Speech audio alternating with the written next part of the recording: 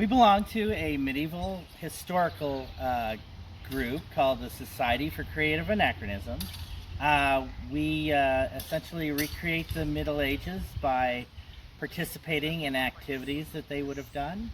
Arts and sciences, fencing, sword fighting, jousting a little, and the likes. Hello, my name is Lion Warden. I'm part of a group called the SCA, the Society for Creative Anachronisms.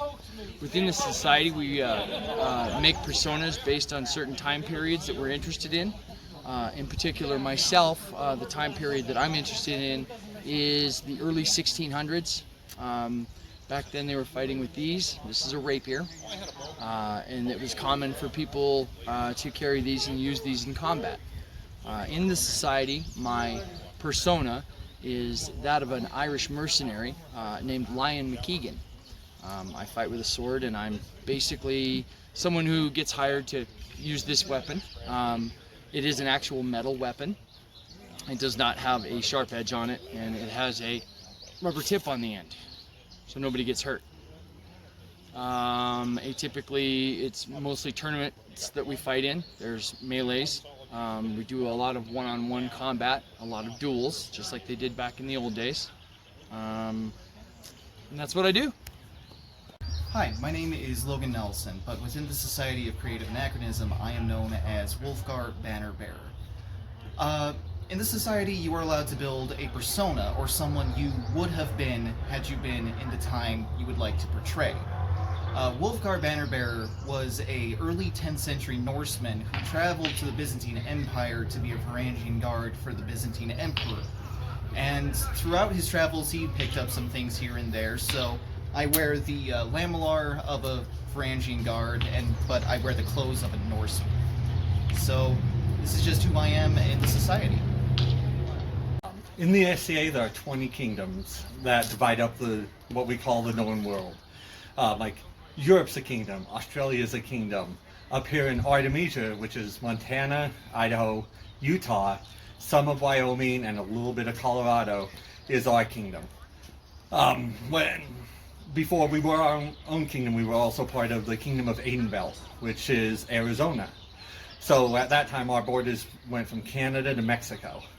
Right now, it just goes from Canada to northern Arizona. Every 6 months, we hold a crown tournament to decide who our next king and queen is. In that tournament is single combat, heavy fighting, full speed, full contact with. I went too big of a run. Full speed, full contact fighting, where it's an honor-based system. So it's the opposite of cowboys and Indians. Instead of bang bang, I got you, it's like, ow, nope, you got me. It would have went through my perceived armor. Everybody's wearing the same armor. We're wearing padded gambesons with period chainmail in theory. So we all get to gauge our blows the same, whether someone's wearing full plate or minimal leather. At the end of that tournament, if you win, you get crowned the prince and or princess, you and your consort, and then in 5 months you get to become king and queen of the kingdom.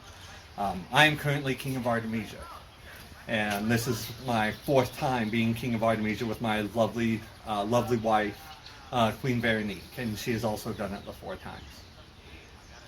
The barony of Bronzehelm,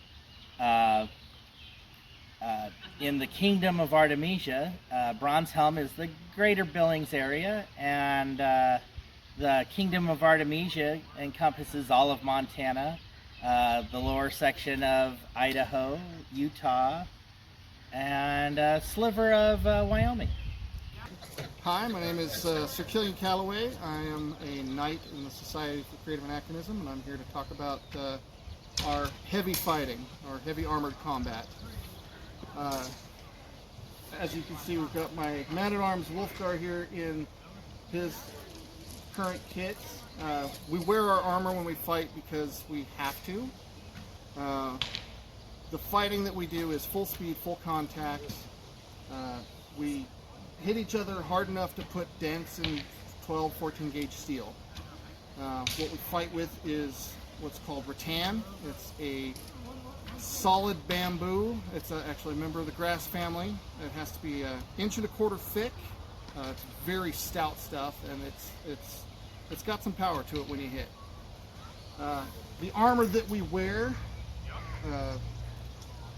we have to have specific points covered in our armor. We have to have the knees, kidneys, elbows. He's got his knees on there, and elbows covered, throat, spine, head, and groin. We always have to fight in proper footwear, preferably. When fighting, most targets are legal, except we have to hit at least 1 inch above the wrist and up, and 1 inch above the knee and up. Everything else is a fair target. If you strike your opponent in the arm, then they lose use of that arm for the remainder of the fight. If you strike your target in the leg, which is at the hip bone to 1 inch above the knee, they have to drop down and fight from their knees. The fighting that we do is based on honor. Whenever I strike an opponent, it is up to the opponent to decide whether the hit was a good shot, was a telling blow, as we call it. It's, as far as I know, the only sport ever that your opponent is actually the one that grants you victory. You don't win the fight, your opponent grants you victory. When you strike your opponent, the hit has to be hard enough that if they were in armor and you were wearing or using a bladed weapon, it would go through their armor and either kill them or incapacitate them. So as I said, we're hitting each other pretty hard, and we do go full speed, full contact. We try not to hurt each other. We always say that our goal is to kill our friends, not hurt them. We fight with a vast array of different weapons, from hammers to great swords to sword and shields, maces, pretty much any weapon that you can think of that would have been fought with from 600 to 1600 AD, with the exception of flails. Anything on a chain or any rope-like weapon, it's too easy to break a wrist or break an elbow, so we don't fight with those. Gonna have to find a gift for his thumb.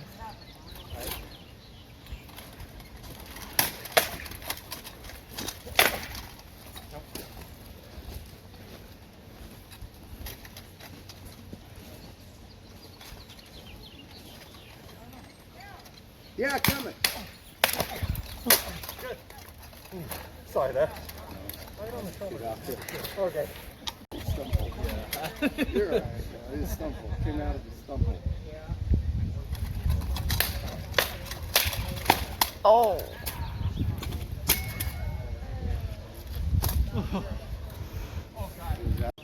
I'll go. Good man. Thank you. Come on. Fighting. I like to fight. Yeah.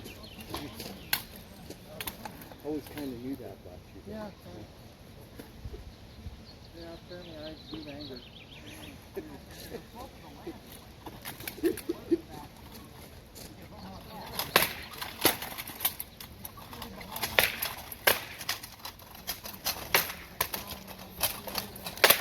Good.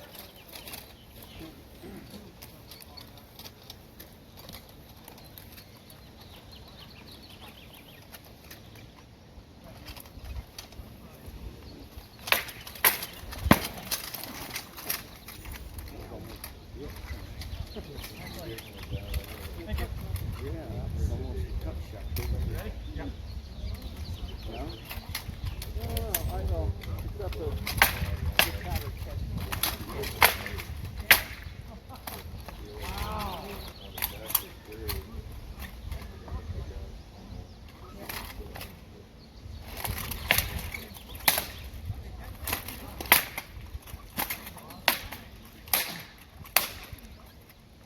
I felt that one. Yep.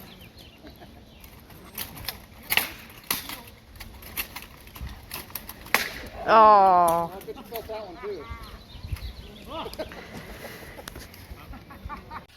Hello, I'm His Lordship Magnus Stonesetter, Squire to His Majesty Damon McMillan. and I am the Barony of Bronze Helm's Archery Marshal. I'm in charge of safety and range setup for all of our target archery related activities. We use recurve or period bows. This here is a horseman's bow from the Huns that I prefer to use. Any recurve bow you can pick up at a store will work. We use wooden arrows with target tips and fletchings. We can even use modern plastic nocks, or we can use self-nocks. When we do target archery, we set up a range and everyone shoots from the line. Our targets are usually at 20 yards, 30 yards, and 40 yards. We'll shoot 6 arrows at each target. And for points, points are determined by the color markings on the target itself. And then we'll shoot at the 20 a timed round where you can shoot as many arrows as you can until time runs out. Everything we do is shooting is for points and for fun, and we love talking about archery and having a great time with it. When you put an insert, you can use another piece of hardwood, or they use horn. I've got some horn. Actually, once I did all these. Yep. You can wrap the tops if you'd like. I didn't wrap any of the tops of these here. And you use that same tile saw to cut your groove like that. And you can fine tune them with a small file to get them to fit your string. Yep. They were fun to build. Those ash shafts are heavier than all get out. So I think my next set. Greetings, I am Velith the Stubborn with the Society for Creative Anachronisms. I fight the steel and fencing in the SCA. One of my jobs is as a marshal, a safety officer. To explain that, to fight safely, we have certain requirements. So this is my friend Ivan. He is going to be my demonstration person. To start with, the swords are not your standard Olympic fencing swords. They are more period correct, actual rapiers. No sharp edges though, we're safe that way. They also have flexibility to them. So if they land on us, and press, they will flex and it won't hurt us. In addition, Ivan is wearing safety clothes. Starting with his head, we use a fencing mask. Some can opt to use an actual fencing helmet. Ideally, this would be on my face, but I can't talk very well through it. Next, we have what's called a gorget, which is neck protection. That keeps any shots from hitting Ivan's neck from causing serious damage, because I like to kill him, but I don't like to hurt him. In addition, Ivan is wearing a doublet of sorts. It is an over jacket, if you will, if you can get out of it for a moment. And inside, he has a fencing jacket underneath, so it's an underlayer. In case of what I'm wearing, my doublet by itself and one additional layer keeps me safe. In addition, Ivan has his gloves. When we're fighting, we want to protect our hands, so we do not allow any skin to show. I will not fight with a bare hand. I will use gloves, just like Ivan's. Going down, we have some personal touches, a belt to hold up the sword. Then it goes to his pants, which again are a safety regulation, no bare skin showing, and goes all the way down to his feet that are protected as well. And he's smart. His socks come up high enough that even as he moves, it will not expose any skin.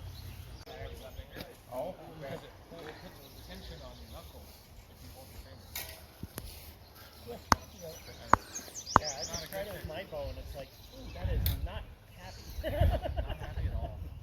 But yeah, you got the ring though. It's not happy. And then you don't have to fight. You've been eating the postal again? No, we can fight. I want to make sure your calibration is there. You knew better than that. Come on. You're going to go for that. You have a PhD? Better. What? Yes. You have it? Yes. It's nice. About this tall. You got a finger in there too.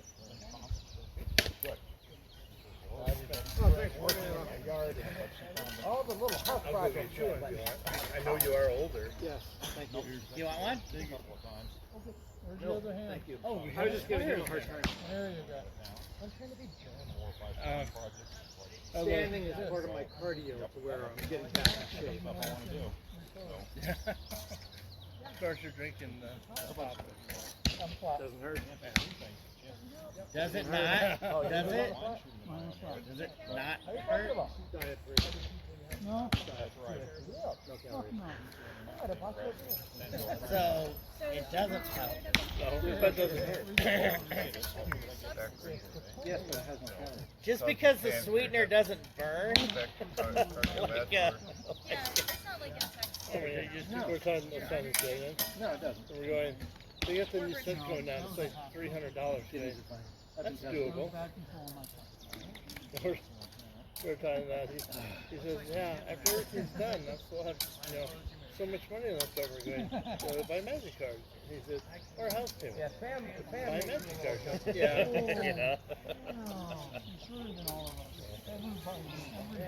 Well, no, a pair of them. So now I got to look for $300 instead of magic cards.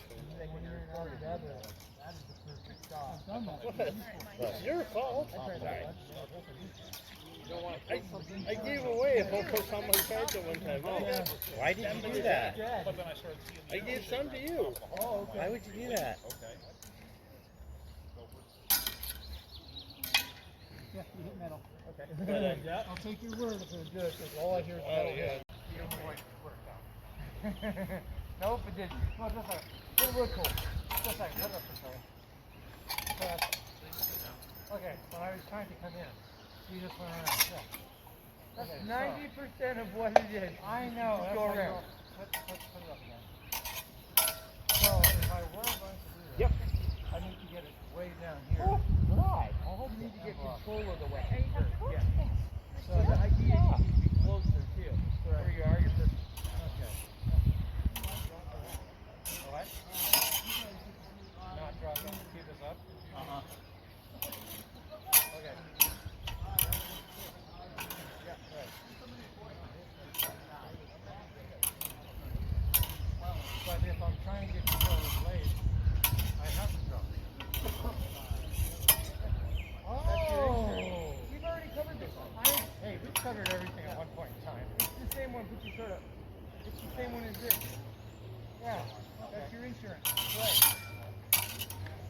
Okay, yeah. Hey, opportunity for preparedness. Hello, I am Her Ladyship Ramut Al Tayyiba. I am persona-wise a end of the beginning of 14th century, end of the 13th century Persian, and I'm going to talk to you today about arts and sciences. In the Society for Creative Anachronism, or SCA, we recreate not only the fighting aspects of the SCA in medieval time, but we also recreate all of their arts and their sciences. This means we research via books, via extant surviving replicas that could be made, or from drawings, illuminations, and books, items from the Middle Ages. We do our best to recreate them with the materials that are readily available and as accurately as we can within reason, as some materials were not good, such as lead and paint, which would be considered toxic. So we've tried to find as modern as available, but yet as accurate as possible items to recreate both arts, such as clothing, paintings, textiles, but also sciences, such as the study of astronomy, geology, and others. To a far corner. Well, the far corner, bam, kill. And just moving down people. Kill. And look at this dude with a glaive. I start shooting. I'm like, why is he holding the blade like this? That's weird. There goes my spear tip. That's odd. Where's his helmet? Why does he have a helmet on? Where are the other people around him? Oh shit, that's a monocle. Okay, pull it back.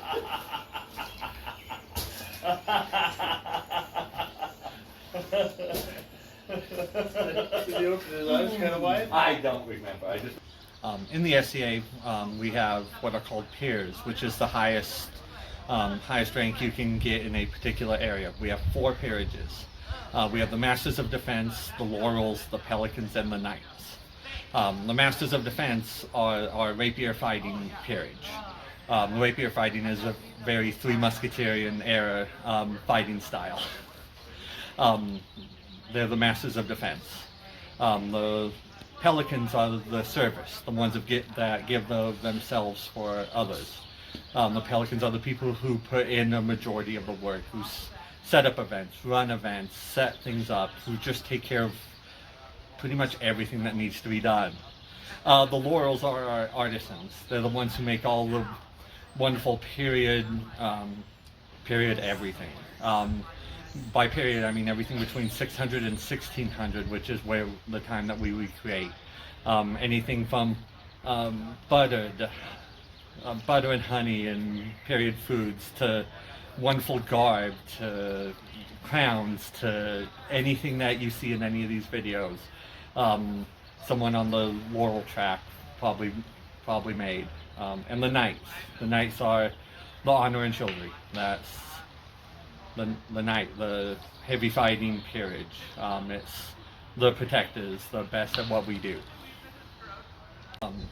Some of the things that you've seen today are the heavy fighting and the banner making and the fencing and everything else in the video.